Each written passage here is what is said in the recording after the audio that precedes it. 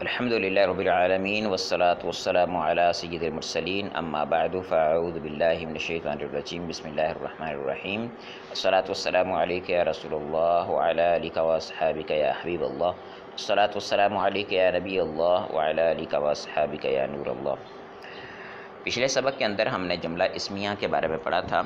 جملہ اسمیہ اور جملہ فعلیہ دونوں کے سبق ہو چکے ہیں، تو میں نے سوچا کہ جملہ اسمیہ اور جملہ فعلیہ جو ہے ان کے ترجمہ کرنے کا طریقہ بھی بیان کر دیتے ہیں۔ آج ہم اس ویڈیو کے اندر ترجمہ کرنے کا طریقہ اور اس کے ساتھ ساتھ جملہ اسمیہ کی جو مشق ہے اس کو اس ویڈیو کے اندر مکمل کریں گے۔ پہلے طور پر ہم جملہ فعلیہ کا ترجمہ کرنے کا طریقہ پڑھتے ہیں۔ کہہ رہے ہیں کہ پہلے فاعل، پھر مفعول، پھر متعلقات اور آخر میں فعل کا ترجمہ کرتے ہیں۔ ضرب زید بکرا فی الدار بالعصا۔ ایک بات اپنے ذہن میں رکھیے، اردو زبان کے اندر ہم اگر ترتیب دیکھیں اور عربی زبان کے اندر اگر ہم ترتیب دیکھیں تو یہ مختلف ہے۔ عربی زبان کے اندر ترتیب جملے کی کیا ہوتی ہے کہ عربی زبان کے اندر پہلے فعل، پھر فاعل اور پھر مفعول ہوتا ہے، اور اردو زبان کے اندر پہلے فاعل، پھر مفعول اور آخر میں فعل ہوتا ہے۔ تو یہ ترتیب ہے۔ اب جب ہم عربی زبان سے اردو زبان میں کنورٹ کرنے لگیں گے تو عربی زبان میں عربی زبان کی ترتیب کا لحاظ رکھیں گے اور اردو زبان کے اندر ہم اردو زبان کی ترتیب کا لحاظ رکھیں گے۔ عربی زبان کے اندر ہم اگر کریں گے تو وہاں پر پہلے فعل لائیں گے، پھر فاعل لائیں گے، پھر مفعول لائیں گے، لیکن اردو میں جب کنورٹ کریں گے تو اس میں اس ترتیب کا ہم لحاظ رکھیں گے کہ پہلے، کیونکہ اردو زبان کی ترتیب یہی ہے کہ پہلے فاعل، پھر مفعول اور پھر جو ہے فعل آتا ہے۔ تو مفعول کی جگہ پہ ہی سارے متعلقات بھی وہیں پر مفعول کے بعد یا مفعول سے پہلے آ جاتے ہیں۔ تو یہاں پر یہ بیان جو کر رہے ہیں کہ پہلے فاعل، پھر مفعول، پھر متعلقات اور آخر میں فعل کا ترجمہ کرتے ہیں، تو اسی ترتیب کی وجہ سے کہہ رہے ہیں۔ مثال ہے ضرب زید بکرا فی الدار بالعصا۔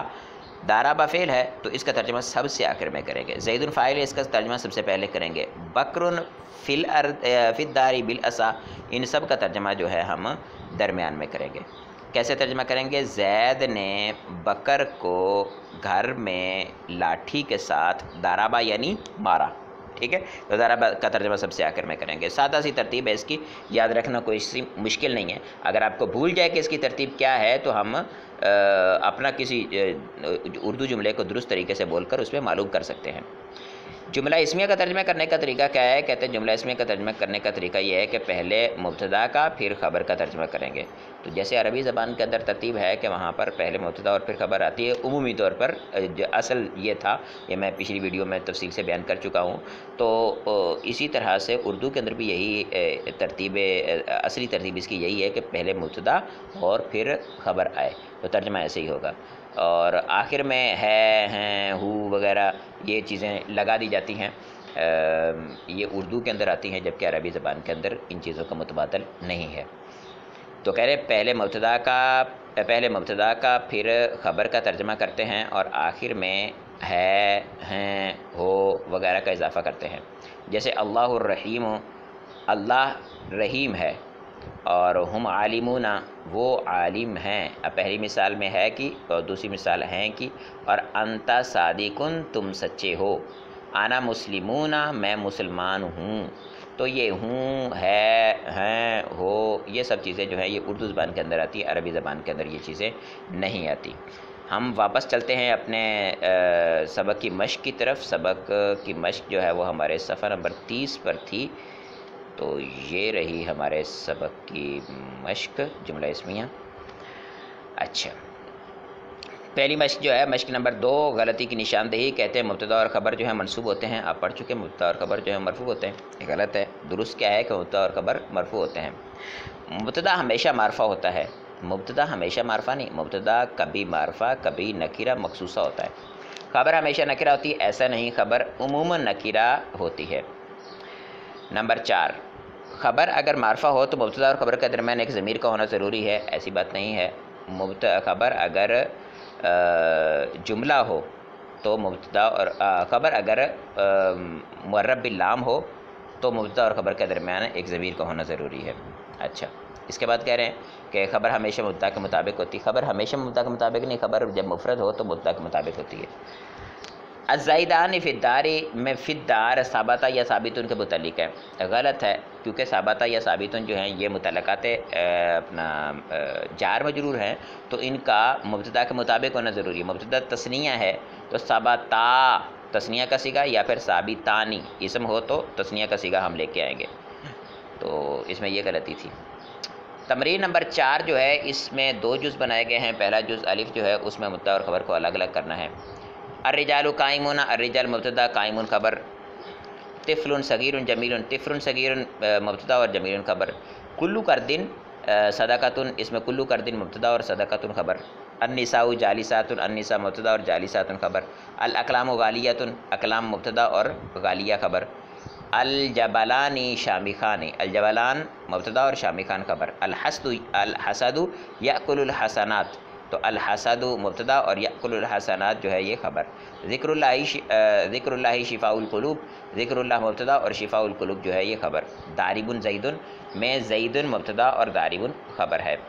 الرجال قائمون مرد کھڑے ہیں، طفل صغیر جمیل چھوٹا بچہ خوبصورت ہے، کل کردن صدقۃ ہر قرض صدقہ ہے، النساء جالسات عورتیں بیٹھی ہیں، الاقلام غالیۃ قلمیں مہنگی ہیں، الجبلان شامخانی 2 پہاڑ بلند ہیں اونچے ہیں، الحسد یأکل الحسنات حسد نیکیاں کھا جاتا ہے، ذکر اللہ شفاء القلوب اللہ تعالیٰ کا ذکر دلوں کی شفا ہے، قلوب قلب کی جمع ہے، شفا ہے، دارب زید زید مارنے والا ہے۔ درج جملوں میں غلطی کی نشاندہی کرنی ہے۔ الکتب مفیدون، آپ یہ جانتے ہیں کہ کتب جو ہے یہ مذکر غیر ذوی العقول کی جمع ہے، مذکر غیر عاقل کی جب جمع مذکر غیر عاقل کی جب جمع ہے تو اس کے لیے ہم نے کہا تھا کہ اس کی خبر جو ہے واحد مؤنث یا پھر جمع مؤنث آ سکتی ہے، تو الکتب مفیدۃ یا مفیدات آ سکتی ہے۔ الزیدان شاعران، شاعران آئے گا، شاعرون نہیں آئے گا، تثنیہ آئے گی، شاعر جو ہے یہ اس میں مشتق ہے اور مفرد خبر ہے، مبتدا کے مطابق ہوگی۔ خالد قائمن، قائمن نہیں آئے گا، خبر جو ہے وہ حالت رفع میں ہوتی ہے۔ الرجال قائمان، الرجال قائمتن یا قائمن دیا ہوا ہے، الرجال قائمتن یا پھر قائمون، واحد جو ذوی العقول کی جمع مکسر ہے اس کی خبر جو ہے وہ واحد مؤنث یا پھر جمع مذکر آ سکتی ہے، قائمتن یا پھر قائمون آئے گی۔ ناصر متعلماتن نہیں، متعلمون آئے گا کیونکہ ناصر مذکر ہے تو متعلمون مذکر اس کی خبر آئے گی، مفرد ہے تو مطابقت ضروری ہے۔ المرأۃ جالستن، جالسن نہیں آئے گا، جالساتن آئے گا کیونکہ مرأہ مؤنث ہے۔ غلام قائمن، اس میں غلام جو ہے یہ نکرہ ہے، نہ نکرہ مخصوصہ ہے اور نہ ہی معرفہ ہے، تو اس وجہ سے یہ مبتدا نہیں بن سکتا، اس وجہ سے اس پر ہم الف لام تعریف کا لگا کے اس کو مبتدا بنا سکتے ہیں، الغلام قائمن۔ جیم نمبر جز جو ہے اس میں بیان کر رہے ہیں، کہتے ہیں قواعد کا خیال رکھتے ہوئے درج ذیل دو الفاظ سے جملہ اسمیہ بنائیے۔ البحار مالح، سمندر جو ہے وہ نمکین ہے، الشمس طالعۃ، البحار باہر کی جمع ہے، اچھا البحار مالحۃ سمندر یہ باہر کی جمع ہے تو اس وجہ سے مالحۃ آئے گی، البحار مالحۃ سمندر جو ہے نمکین ہے، الشمس طالعۃ شمس جمع شمس جو ہے یہ مؤنث سیمائی ہے، الرجل صادق رجل واحد ہے تو صادقانی تثنیہ نہیں واحد اس کی خبر آئے گی، الارض کرویۃ کیونکہ ارض جو ہے یہ بھی مؤنث ہے سیمائی ہے تو کرویۃ آئے گا، کروی نہیں آئے گا۔ ہم معلمون، ہم معلمون، اب ہم جو ہے اس کی خبر معلمون آئے گی، معلمتن بھی نہیں لا سکتے کیونکہ ہم جو ہے یہ جمع مکسر نہیں ہے۔ الاشجار مثمرۃ یا مثمرات کیونکہ اشجار شجر جو ہے یہ جمع مکسر ہے غیر ذوی العقول کی تو اس وجہ سے واحد مؤنث یا پھر جمع مؤنث لا سکتے ہیں۔ الاشجار مثمرۃ یا مثمرات۔ المسلم مفلح، مفلحون نہیں کیونکہ مفلحون جمع ہے اور مسلم جو ہے وہ واحد ہے تو مفرد میں مطابقت ضروری ہے۔ جیران صالحان، صالحان تثنیہ ہے اور جیران تثنیہ نہیں ہے، جیران جار کی جمع ہے تو جیران صالحون، ٹھیک ہے جمع لے کے آئیں گے، ٹھیک۔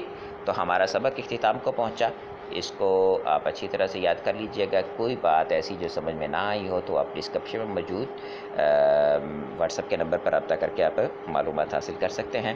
السلام علیکم ورحمۃ اللہ وبرکاتہ.